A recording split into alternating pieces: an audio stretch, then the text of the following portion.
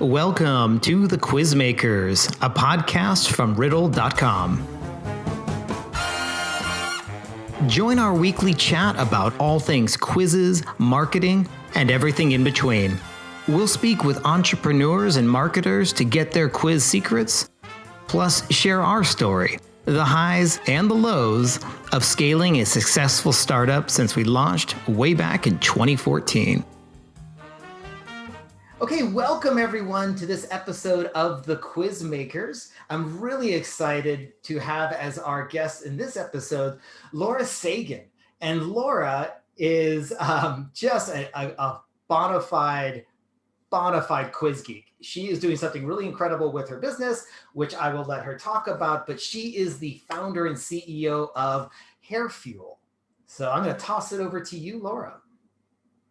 Thanks, Mike. Super excited to be on your podcast. I have been, you and I have been in touch for multiple times over the past, I think, almost 2 years since I started using the software. So a little bit about the Hair Fuel. It is an all-natural subscription-based hair growth mask that gets delivered every month at our customer's door. And like I said, it's completely all-natural. Safe for pregnant and young mothers. Doesn't have any sort of nasty, weird chemicals in it. I often joke it's as safe as you can eat it. Don't, because it tastes absolutely appalling. Because I know the ingredients, so don't. But it's definitely it's safe. And yeah, that's the gist of it. Perfect. Well, I have to ask, just for people who are just listening to us, you're not going to see my shiny dome, but I am somewhat follically challenged. So I'm guessing the Hair Fuel will have no value to me whatsoever. I think you're wrong. In fact, it's not that I think, it's that I know. I think it can be a whole different podcast episode on that, but it is, the logic behind is that the sooner our target audience is both male and female. Our kind of the first step, we decided to target females because this kind of notion of self-care and applying a mask on scalp is something that is a little bit more friendly. Kind of females tend to feel a little bit more friendly towards that entire notion. Males tend to expect just to pop a pill and solve their challenges. Yep. What did you say? Follicularly challenged. I think we're going to use it in our next blog post. I love this phrase. But yes, it works for both for men and women. It's just for men because of androgens involved. It just takes longer, but it does work. It works for both. Fair enough. That's fair enough. So actually, Laura, this, as you mentioned, you've been using Riddle, which is our Quizmaker software, for about 2 years. What was the marketing problem? Why did you find us? And hopefully, fingers crossed, how are we helping? How did I even come across the whole idea for quizzes? I think that kind of like a little sidestep is that I came across, I think it was a coaching some sort of business coaching website. And it asks like, what kind of entrepreneur or something are you? And it was such a good quiz. I don't know what software they used, but it was a really good quiz because the questions kind of they were interesting to answer, and then the value that I was getting afterwards, so like kind of the drip, was very valuable to me.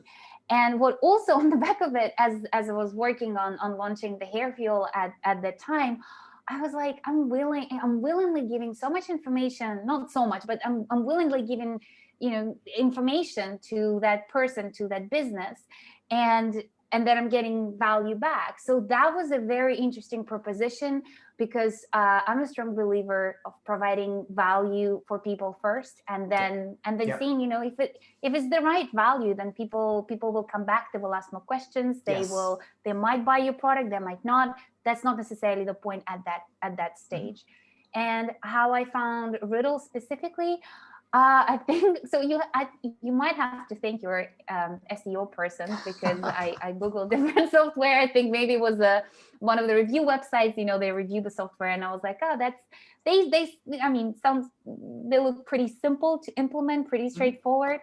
So I just decided to give it a go. And, now almost 2 years since, and we're still using it.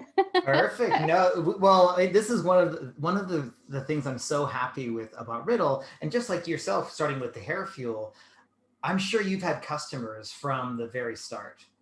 And it's neat for us to see kind of the growth of, hey, we started with Riddle, we were doing this, and then we kept improving it. Just to keep hearing all this feedback is wonderful. So I love it. But you actually mentioned something really interesting, and it's about that transparency and about offering value as a business to potential customers. And they might never be customers, but it's that, hey, take this quiz or read this article, fill in the form. I'm going to give you information that is useful. I really think, especially with GDPR and CCPA and all this privacy stuff coming out, being upfront, transparent, and saying, hey, this is how I can help you, this is how you help me, is a really good marketing approach. Yeah, and absolutely. I think that's the kind of the change that we're slowly observing, is that brands and businesses, they tend to now, some brands and some businesses, they tend to focus on providing value, providing content, and not the type of content that, that kind of leaves you on a cliffhanger. But we're going to give you the full story, the full solution to your problem if you pay us, $199 or whatever. But actually they kind of pay forward, offering the value and communicating your values as a business, your ethos as a business to the customer. And if that aligns, then you get an ongoing relationship. So it isn't about making the sale, but finding the right people who really need your solution. And then, if there is a match, then it is a match. I think it's a lot more organic that way, less pushy. Well, and also it's less icky. I like being ethical and transparent, and so we offer, like on our side, I haven't checked out your guys' refund policy, but essentially we offer money back guarantee, 30-day. If you don't like us, no problem. That's not a big deal. We want people to commit to us for like, hey, this is great on both sides, let's stick with us. And it sounds like you guys have a similar ethos, which is really cool. Yes, indeed. And aligned with, in terms of, of course, you guys are dealing with software. We deal with physical product, but we do offer a money back guarantee period that people can return to us. And there's more often than not, we actually willingly, even if it's a little bit beyond that period, we're saying, what, it's fine. We understand sometimes it's not a match, and that's okay. And in those circumstances, what we do offer, fortunately, we don't need to do it very often, but as a company, we focus on bringing that value. And if for some reason, if someone says, it doesn't work for me because of these reasons, we try to understand what those reasons are, and then give advice, give recommendation on the other options available for people. So if someone's specifically, let's say, allergic to a specific ingredient, or they're just being, lazy. I think laziness is a big one. Yeah.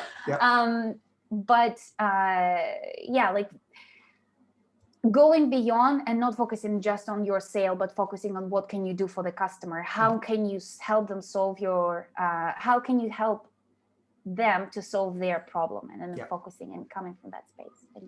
Yeah, and also it's not about being transactional. Let's actually build a really good relationship. And actually, every grumpy customer, if you handle them correctly, you're empathetic, you can help. They can turn into a big brand ambassador. We've had some people where, they might have had bugs and yes. And hopefully, the way you handle it, they're like, okay, bugs are, things happen, but wow, they had my back. This is great. Cool. So a question for you. How did you find customers before you turned to Riddle and quizzes about quiz marketing? I'm excited to answer this question. I think you're going to love the answer. Actually, we've been with Riddle pretty much at the same time as I started working on the website. It was, like I said, 2 years ago. When the company was still in its nascence. I wanted to give people value, and through quizzes it just seemed logical, because not only we harvest the data and then we can then base whatever advice that we want to give to people, but then we also harvest the data when it comes to email marketing. So even before we even opened the web shop, it was on landing page, not even pre-order, it was still a landing page, but we had the quiz already. So we already started learning about our customer, what kind of, it started with simple things, what's your age bracket, what's, the main hair challenge and things like that. So actually, before Riddle, I'm not sure I'd be able to answer this question, because kind of Riddle was there at the very beginning. We love that. I thought you might really like this answer, and it's true. So then on the back of it, we then launched a blog and the content that we put in the blog. So then, based on the quiz results, we started diverting people to specific blog articles that are aligned with their specific hair challenges. But yes, like absolutely, Riddle and the hair cure actually go hand in hand. Wow. So I have to thank you guys. That's super cool. I cannot wait to tell our developers, because they do all the hard work of actually making Riddle what it is, and they love to hear stories of that takes their coding and actually makes it real. So that's really cool. That's really awesome. Okay, so we've been with you from the start. You have 2+ years of quiz marketing experience. What advice would you give to small to medium businesses who are like, okay, I get quizzes can get people to think clicking, I can catch email addresses, but what makes it work? What's some good advice you would give? I know I've been banging on about it this entire interview, but focus on value, like really focus on value, really understand, because quiz is such a playful way to understand your customer. Even if you're just asking 6 questions, so you're measuring your customer across six different axes, some might say it's not enough, but actually it is something. You already have that bit of understanding of your customer. Think about what value can you provide? What is the knowledge that you're able to offer to your customer? How can you hold their hand through whatever challenge that they are experiencing? And that roots itself in the research that you're able to put in as a brand or as a content producer. So before, it took me months to put together the quiz that is called the first version of the quiz. But I put a lot of research, and I don't mean just other fellow blogs out there that talk about hair care and hair growth. No, I meant going into Google Scholar and reading a bunch, I think I might have a medical degree by now, but reading those articles, actual scientific publication, and making sure that your data, the information that you give to your customers through the quiz. Because of the nature of your software, you need to provide how much weight you give to each question. Just focus on that. Focus on bringing value. Focus on bringing the knowledge to the customer, and not just go through somebody's email address. No, that's not gonna work. No, that's super cool, because actually, when I was looking at your latest version of the quiz, we often, as you mentioned, we often bang on about what makes a good quiz. Well, a good quiz. And there are some guidelines. And I was looking at your quiz and I was like, man, she's got it. So short, well-researched, well thought out, but then returns very good value. You have 6 questions. That's it. Some people get really excited. Riddle's quite easy, or any quiz making software. It's quite easy to write a very long quiz. But really, people have short attention spans. Very short. Exactly. 6 questions. Bam. That was really awesome. Then when you get to the lead form, between the last question and the results, yours is really, again, very efficient. 3 fields. That's it. It's tempting to say, oh, well, what's your age demographic and what's your postcode and what's this and what's that? Do that later. Build that relationship later. So yeah, your quiz is brilliant. And then the last thing, which I thought was really cool, is that you don't show the results in the Riddle unit itself. You actually send them by email. So that's a huge value proposition. Like, hey, fill this out. You will get detailed quiz results based on your quiz responses. That is the latest implementation that I personally feel incredibly excited, because actually doing it through the email, before we used to display the results on the page, and some people might still do this and it works, But the idea is then when you build that relationship through the email, you're able to understand how the customer interacts with your content, because you then can see which email they click, how long, like how much time they spent on your website. So you see whether it's a potential customer, it's not, or not really, or you can build that relationship further. When you're displaying the results on your webpage, it may be quick, it may be easy, but we found that the quality of those submissions just somewhat less, just somewhat more suboptimal. A little more transactional versus actually someone clicking and trusting your email opens it up. Yeah. Oh, wow, hair fuel. Wow, they got something. Okay. Yeah. And we don't take it for granted. Like we don't, we don't obviously we don't sell the data that we harvest. But also some brands might be, some of your listeners might be a bit tempted to kind of start bombarding their potential customers with the emails. But then if someone doesn't interact with your content, if someone, clicked on one email and then they stopped interacting, just tag them on your email software as a cold lead. Don't badger them with the email. Like, it's okay. It's fine if it's not this customer. There will be many more. Yes, very much so. I mean, it's like one of those things of, I handle most of the customer support for Riddle, and a lot of times people will answer, and we tend to be really fast. So I'm like, oh, hey, how can I help? And some of the questions you're like, it's not us. And that's okay. You have your strength, you have your market, and don't try and be, oh, everyone come use me. It's like, no, just the people who you're really going to hit the sweet spot. That's really cool. I'm not sure, this is a surprise question. I just thought of it, but because we've been with you since the get-go, have you heard any anecdotes or experiences from your customers who like, wow, I found you from a quiz, and kind of liking that process? You mean our potential customers that came through the quiz? Or yeah, so like people who might have found Hair Fuel, they're now happy customers. I'm not sure if you've ever had a chat with them, but like, someone said, wow, we love the quiz, then I love the results, and now I love your product. We definitely, at least about 65 to 70% of the leads of the not leads even, but of the sales that we have is actually organic.